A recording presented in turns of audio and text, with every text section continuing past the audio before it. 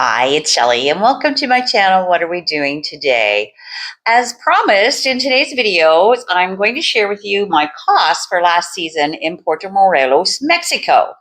I come to Mexico in October each year, and I stay until April, so 6 full months here. The numbers in today's video cover the period from October 2023 to April 2024. So they are last year's numbers, but hopefully that gives you an idea of the cost to stay here for that length of time. So let's get going. One of your biggest expenses is going to be your accommodation, and the prices here can vary immensely. So for a point of reference, I live in La Colonia in Villas La Playa, but not in a gated community. Last year was my third season staying here, so I'm not getting hit quite as hard as with the rising prices that new tenants are looking at. My rent goes up by about 500 pesos every year. Last year, my rent was 11,500 pesos per month plus utilities. I'm in a 2-bed, 1-bath place with a little private pool in the back. The exchange rate last year was really high for us Canadians, and for you Americans as well. So on average, with the conversion and the fees that I paid about $995 Canadian per month for rent. Now, if you want to stay portside, my guess is that you would be paying double or possibly triple that amount. Next up is my water bill, and it ran about 260 pesos per month, so about $28 Canadian. This included my drinking water, and I went through probably one of those 20-liter water jugs per week, and that cost me 25 pesos per jug, or garrafon as they're called in Spanish. So, and that's included in my $28 per month. Next is my propane. I only had to get propane once over the course of the 6 months, and it cost me 575 pesos for the minimum, which worked out to about $47 complete. So that, over the 6 months ended up being $8 per month. The electricity cost me about $145 per month, even though I have air conditioners, but I use them very sparingly. So the cost for electricity can be significant. Now, if I'd run it more, it would have even been more than that. So, and of course, towards the end of my time here is when it gets really super hot. So I ran it a little bit more in March and April than I did from October to February, because it was a little bit cooler here last year. So this year we'll see what happens. So all in all, my housing costs per month were $1,176 Canadian per month. I've kept my home maintenance costs separate because you may or may not have the same items on your maintenance bills as I did, but I'm going to include them here just because they were costs that I incurred. And first was housekeeping. I had a domestic assistant that came in once a week for about an hour and a half, and I paid her 300 pesos per week. On top of that, I paid her the annual Christmas bonus, which is mandatory. And if you're here for a whole year, it works out to 15 days per week that you need to pay. It's now I was required to pay half that, but because she did such a wonderful job and she's a friend of mine and so on and so forth, I paid her the Aguilera for the whole year. So my housekeeping costs averaged about $105 Canadian per month. Also under maintenance, I included the tips that I gave to the garbage collectors, as well as my landscaping maintenance. I have interlocking bricks, but the weeds tend to grow up in between them. So I hired somebody come in every couple of months just to clean that out. So The monthly cost for these two services was $29 per month. The maintenance for my pool, it was included in my rent, so I didn't include that in my maintenance cost because, like I say, it was included in my rent.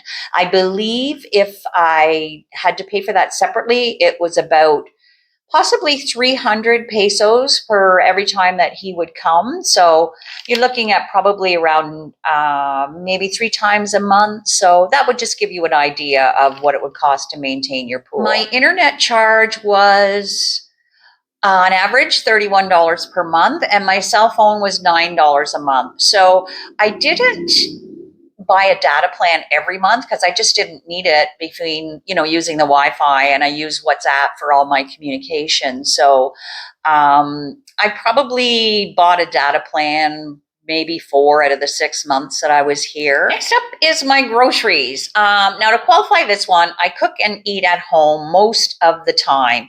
I shop at local butchers, the fruiteria, and for my big groceries, I would go to the Chedraui or the Super Aki. My monthly average was 659 Canadian per month. I eat well, I buy good food, good meat and seafood, and not much processed stuff. I also had guests over the course of the 6 months, and we ate in most of the time. So my grocery bill would go up a little bit whenever I had visitors come.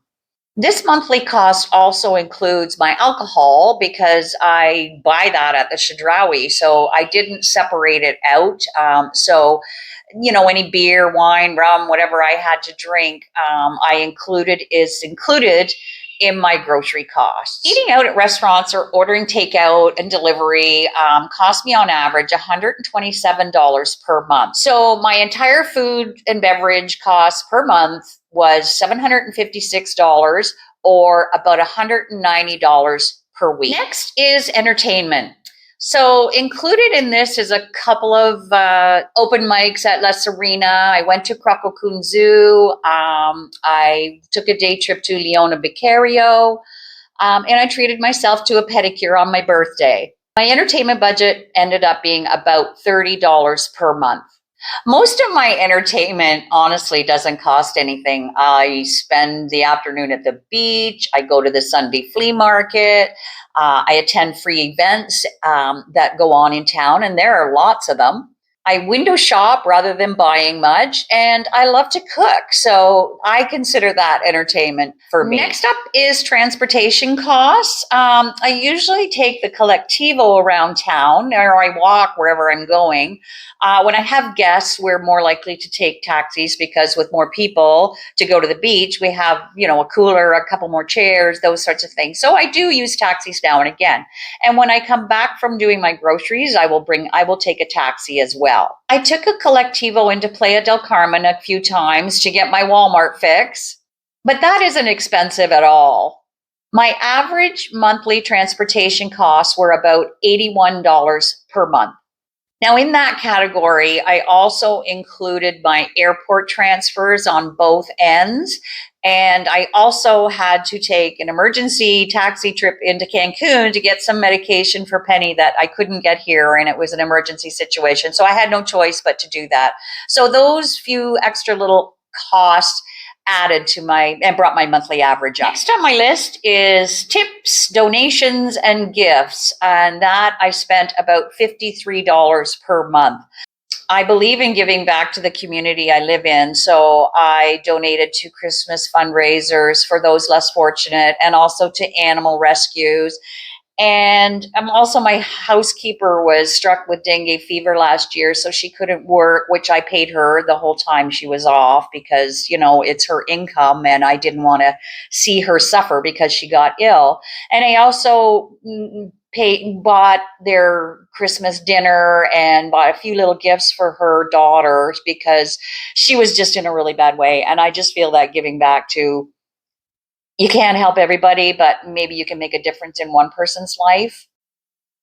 This budget item is absolutely subjective, and you do you because some people just don't have the means to make donations or gifts, but at least get out there and volunteer. I did do the volunteer for the sterilization clinic for all the puppies and kitties last year, and volunteered as well to go and give out the actual meals and things at Christmas time. And those things don't cost anything but give back in droves.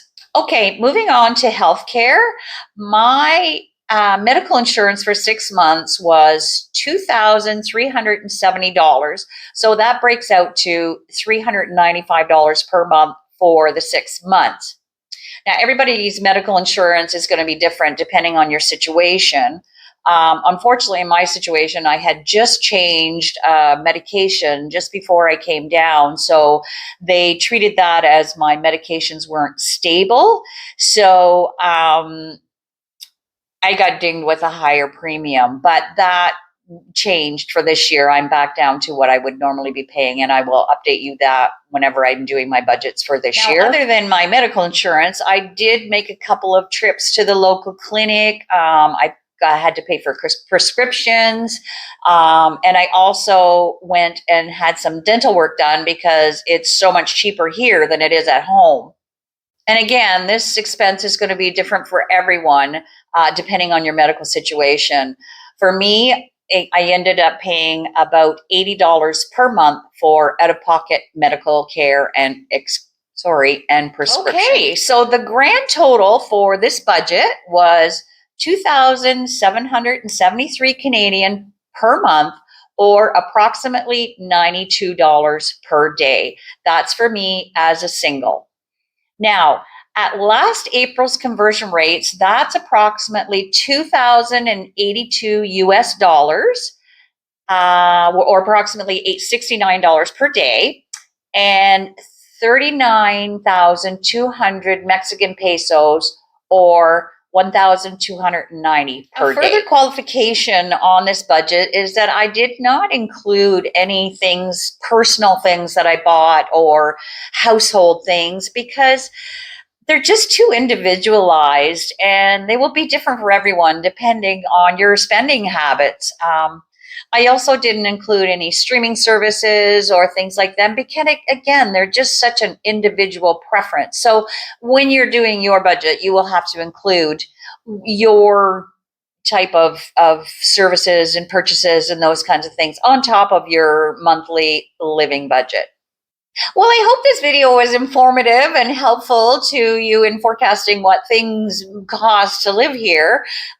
This season, I plan on putting out a video once a month with a cost summary for each month, so you'll have more up-to-date information. These videos will be more detailed about what I'm specifically spending my money on, and hopefully they will be helpful to you. Also, bear in mind that my budget is for a single person, so a couple would need to make adjustments in some categories. Thank you for watching, and we'll see you in the next video.